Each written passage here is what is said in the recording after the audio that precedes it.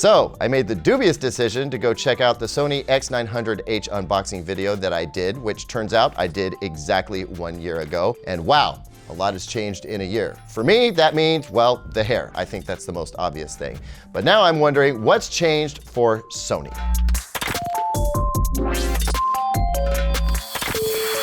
Welcome back, everyone. I'm Caleb Dennison, and today we're gonna unbox, set up, and get basic impressions from the Sony X90J TV. I feel like there's a lot riding on this TV, right? Because last year's Sony X900H really punched above its price point, if you ask me. I wasn't expecting it to be quite so good. Even though it did have that premium Sony price, it still surprised me. I'm hoping for the same and more here with the Sony X90J, if nothing else because it has better processing. It also still has that premium Sony price, which has me kind of wondering, when you've got TCL out there with the premium 6 series punching well above its weight, and then also the Hisense U8G performing surprisingly well for its price, are you gonna wanna spend a little bit more to get the Sony?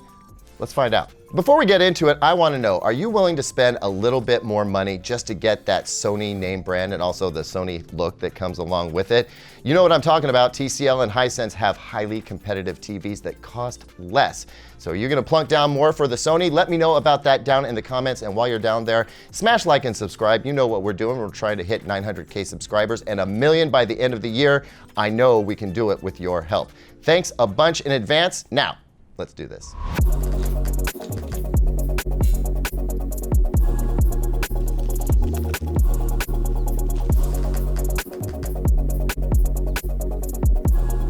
Okay, so here's everything that comes in the box. You've got 2 legs, power cable, a remote with, as this points out, a help button. Help! What's that for? I don't know. I can't wait to find out. Some batteries for the remote, some installation plugs. This looks like a feeble attempt at some cable management, and what you notice is not here are screws. So I don't think that we're going to be doing any screwing today. So bad news, if you can call it that, is that there's only one place in orientation for the legs, or feet if you prefer. Good news is all you have to do, shove it right in and you're done. And here we are, back of the TV shot. And you know what? I'm not gonna play coy. I'll just let you know there was a little bit of damage to the TV in shipment.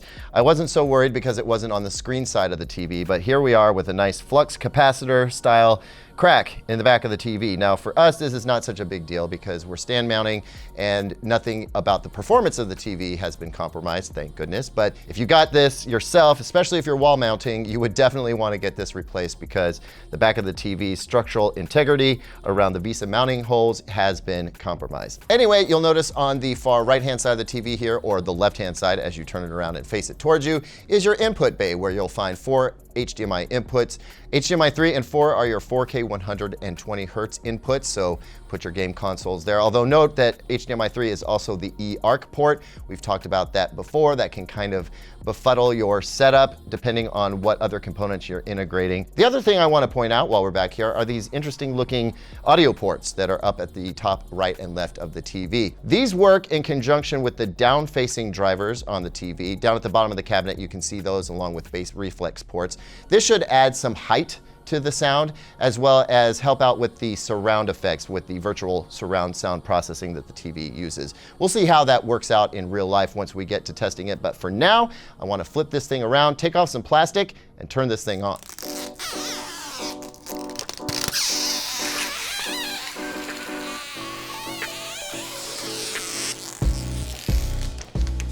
And front of the TV shot, few observations. One, this thing is absolutely encased in plastic, so make sure you take all of it off. Otherwise, in a couple of years, you're gonna find that strip that you missed and feel a little bit silly. The other thing I wanna mention, the stand is what it is. It's about this wide, and so you're gonna need a wide media cabinet or wall mount for that matter. Little bit of wobble, not a ton. It's fairly secure. I still love that the legs just pop right in. I'll take it. The other thing I noticed, no fancy metallic bezels like we see with the more expensive TVs. You get a black plastic. They aren't particularly huge. They also are not invisible. So I feel like it jives with the price of the television. Now, let's turn this thing on.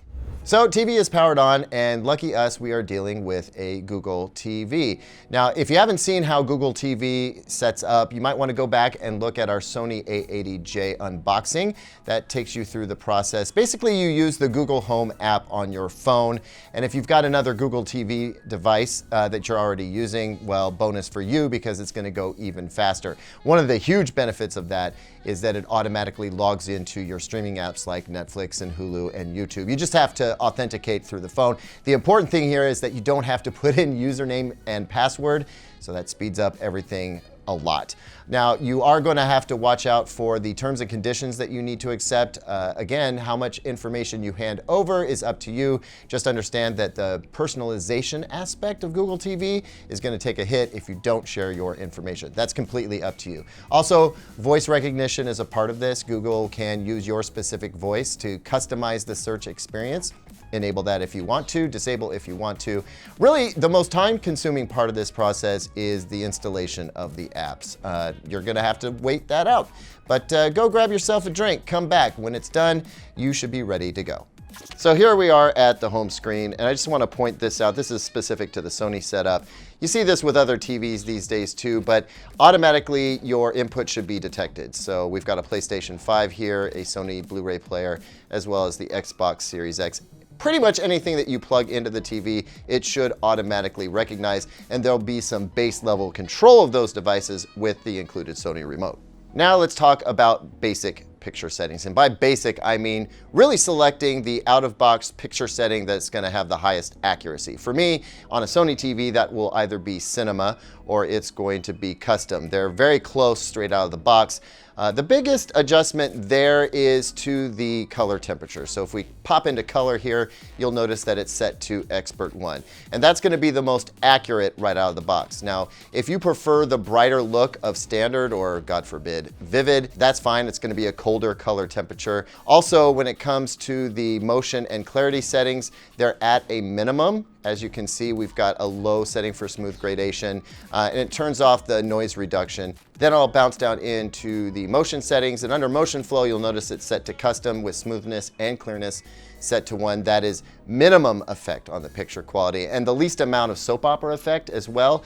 You can stick with this. I'm going to turn it off because, again, that just sets a baseline before I start making any adjustments and calibrating the picture quality. I like to get a feel for what things look like before any major adjustments are made. Cinemotion here is set to high, and that's fine. We can leave it there. This is really just going to provide us a judder-free experience when we're taking a look at 24 frame per second content. And anything that it converts from interlace to progressive also is going to involve a little bit of frame interpolation, and it provides a smoother picture, again, without any real soap opera effect. Now, I should mention here that with the Sony A80J, the readings that I got with the out-of-box picture settings were so good that you really almost didn't have to do a calibration. Of course, I do because, again, I want the TV to perform as well as it possibly can. But for most folks who aren't going to invest in a calibration, I want to mention that the Sony A80J really needs almost no adjustments whatsoever. I don't expect that to be the case with the X90J here. I think it's going to require a little bit more work. We'll see when we get to the full review, but just understand that as a baseline, I think going with custom or cinema is the way to go. Now, we've done that here for the home screen, which is really useful for not much. At this point, what we want to do is go into each of our HDMI inputs and start playing content and adjust accordingly. I think obviously for the Xbox and PlayStation 5, I'm gonna go into game mode. With the PlayStation 5, it'll automatically select the game mode, but since this TV doesn't actually have auto game mode as a feature, I'll need to force it for the Xbox. As for our Blu-ray player, this is going to be an HDR disc, so I'll be making adjustments to the HDR settings. Beyond that, though, you're going to want to go into one of your apps supported by the TV. We can select Netflix here, and from there, you're going to want to pull up something in HDR. For Netflix, that'll end up being Dolby Vision, and something in SDR as well to make individual picture settings for those. Was that a little bit confusing? Let me put it this way. Go into each of your HDMI inputs and select your preferred picture setting. And understand that the picture settings are going to be different for standard dynamic range content. That would be a standard Blu-ray or DVD. and HDR content. That's something that has HDR or Dolby Vision included in the title. And then you'll need to go in and make a selection for SDR and HDR for one of your apps. And once you do that for one of the apps built into the TV, that'll carry over to other apps. Like if I go into Netflix and I pick an SDR title, make an adjustment, go into a Dolby Vision title, make an adjustment there, that information will be carried over to Dolby Vision titles for HBO Max or Disney Plus and anything in SDR that you might play on YouTube. All that to say is it takes a little bit of work, a little bit of time, but it's totally worth it to get the picture quality that you want.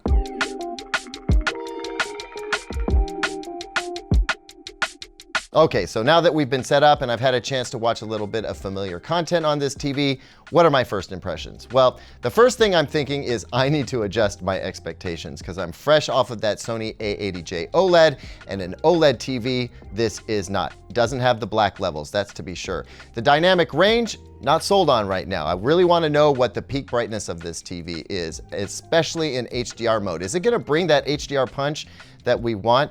To be sure, this TV has its work cut out for it because with TCL and Hisense coming in with very competitive TVs at a lower price, this Sony is going to need to do something special, I think, to convince buyers. So we're going to dig into all of that and more in the full review, which will be coming very, very soon. Thanks as always for watching, everyone. What is the one thing that you need to know about this TV? Let me know down in the comments and I'll be sure to include it in the review. Also, while you're here, don't forget to like and subscribe. And also, here's 2 other videos that I think you'll like.